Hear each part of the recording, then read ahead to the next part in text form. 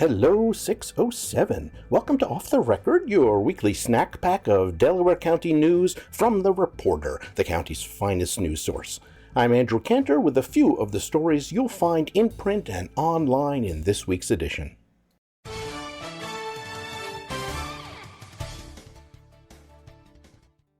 Eight years ago, in 2017, the village of Sidney took out an interest-free $5.9 million loan to help pay for its big new water system. It needed the new water system because it found out the water is high in manganese, and also the village needed more water after the 2011 floods took out the Peckham Reservoir. So the village got $3 million in grants, and then it took out that $5.9 million loan and started digging. So fast forward to this May's budget hearing. The trustees tell residents that it was going to be time to start paying back that loan. With every water meter paying an equal share, it comes to about $35 a quarter for each meter. And it was a 30-year loan, so it lasts for 30 years. So that $35, $36 was going to be added to their quarterly water bills. Unfortunately, that message didn't sink in at the budget meeting. So when the village posted to Facebook this week, reminding people that the fee was going to be added, a lot of folks thought this was some kind of a new charge. And to add to the confusion, the village's Facebook post referred to the water project by its official name, which is the Manganese Removal Capital Project. So people on Facebook thought this was some kind of a new fee to remove manganese rather than a loan repayment for the whole water system. So residents, they packed the village trustees meeting on August 19th, and they wanted answers.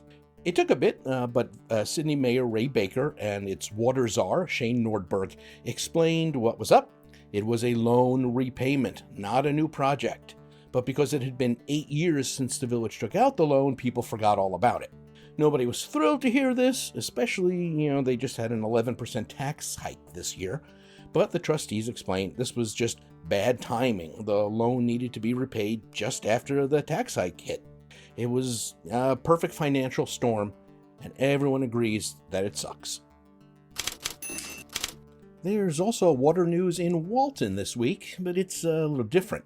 There's been a lot of new flooding on Cherry Street and Guild Avenue, and residents there claim it's caused by construction work being done by Empire Metal Works. Apparently a ditch was filled in, and they say that changed the whole water flow. The Walton trustees held a special meeting on the problem on August 19th, and believe me, they know it is a problem. Trouble is, they can't do a lot about it, at least not yet.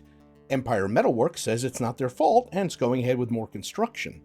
Mayor Ed Snow said the trustees were looking into a whole bunch of options. They might have the legal right to have the ditch dug out. They're working with federal and state officials to see about rerouting the water somehow, or maybe installing catch basins. They've even asked the Army Corps of Engineers whether the site might be considered a wetlands, which would restrict what Empire Metal Works could do there. So far, no luck, and hurricane season is just getting started. Mayors of villages in Delaware County were at a meeting of the county's Finance Committee. They want their villages to receive a portion of the county's sales tax revenue. In Delaware County, all the sales tax goes to the county no matter where it's collected. The only tax money villages collect is property tax. The county provides some funding to towns, but not to villages, which are pretty much left to their own devices. So the villages are being forced to cut services because even raising property taxes, which nobody wants, doesn't generate enough revenue to balance the budgets. So the mayors propose that the county share 12% of its sales tax revenue with villages and towns, 60% for the villages, 40% to the towns.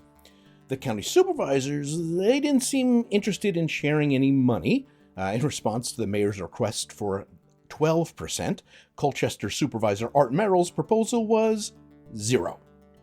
The alternative might be dissolving villages and letting the towns take over all the services, including police, parks and rec, road repairs, pretty much everything the villages do. Merrill thought that might not be a bad idea. He considers using the sales tax money just for the county's budget to be, quote, the most equitable way possible. And the committee members, they basically said they'd think about it. One of the issues the Delaware County supervisors are grappling with is that sales tax revenue is down from last year, at least so far. That may sound bad, but last year did see record-setting sales tax collections for the county, so it's kind of hard to follow up after that kind of high. The good news is that the county has already collected almost 80% of what it budgeted for the entire year, and it's still only August. But that, of course, doesn't stop finance people from, wringing their hands and checking to see if the sky is falling. So remember, folks, come the holidays, buy local. Back to the county mayors. The same day they were asking the county for sales tax help, they heard from the New York State Drinking Water Source Protection Program. The state folks basically said they can help villages make sure their water is clean, and it's free. Not the water, the help. They would check the water quality, they'd look for potential contamination sources, they do their funky science to figure out how to protect the water based on topography and maps and stuff. Then they'd suggest some local laws or zoning changes that might help keep the water clean. They can even help the villagers work with local organizations, and if something requires money that the villages don't have, and telling you they don't have it, they can help find funding opportunities. And funding opportunities is something the mayors love to hear. Okay, follow along. New York's Watershed Agricultural Council, the WAC. It's headquartered in Walton, and it works with the city's Department of Environmental Protection. It's kind of a go-between with the city and the agricultural community up here. The WAC works to keep the city's water supply clean and to also help the agricultural folks here. The WAC isn't quite a government organization, but it's pretty close. And this past December, a guy named Ryan Colm from Hobart asked the WAC for documents related to its whole farm program.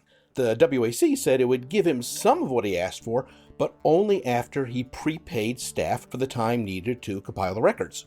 Colm said, "Nuh-uh, the WAC has to turn over everything because of the state's Freedom of Information Law, or FOIL."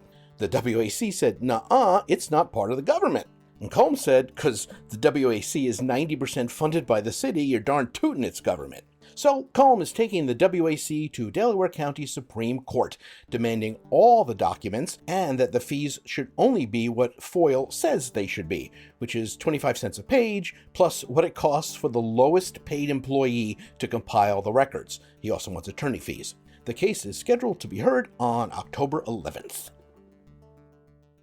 And now we turn to Looking Back. News from the reporter 100 years ago this week. Recently, 3 boys were expelled from the Jerry Summer Camp for Boys at Lake Delaware. They were given transportation to New York City, but in a few days turned up again at the camp, having hiked it most of the way from the city. They were drummed out of camp, but it was soon discovered that they were making their headquarters in an unoccupied home not far from the camp.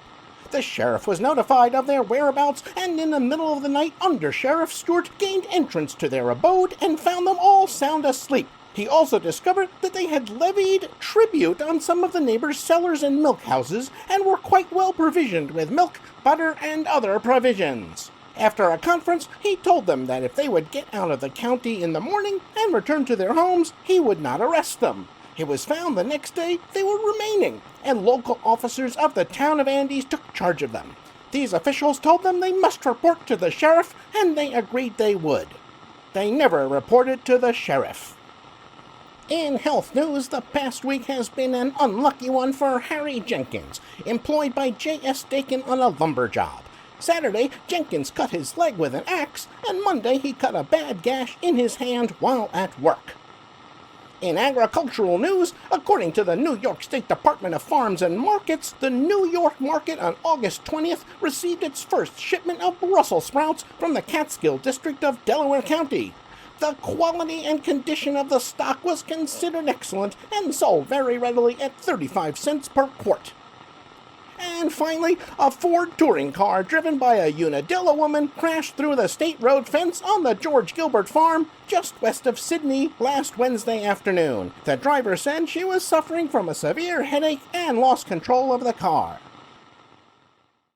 Returning to 2024, in this week's issue of The Reporter, you can read how the Hancock Commercial Solar Project is slowly creeping forward, and how programs for seniors in the county are keeping them happy and healthy. And of course, read about everything that's happening on Family Farm Day, August 24th. Remember, to get all the news that matters to you and your Delaware County community, subscribe to The Reporter at the-reporter.net or call 607-464-4009. We'll see you next week.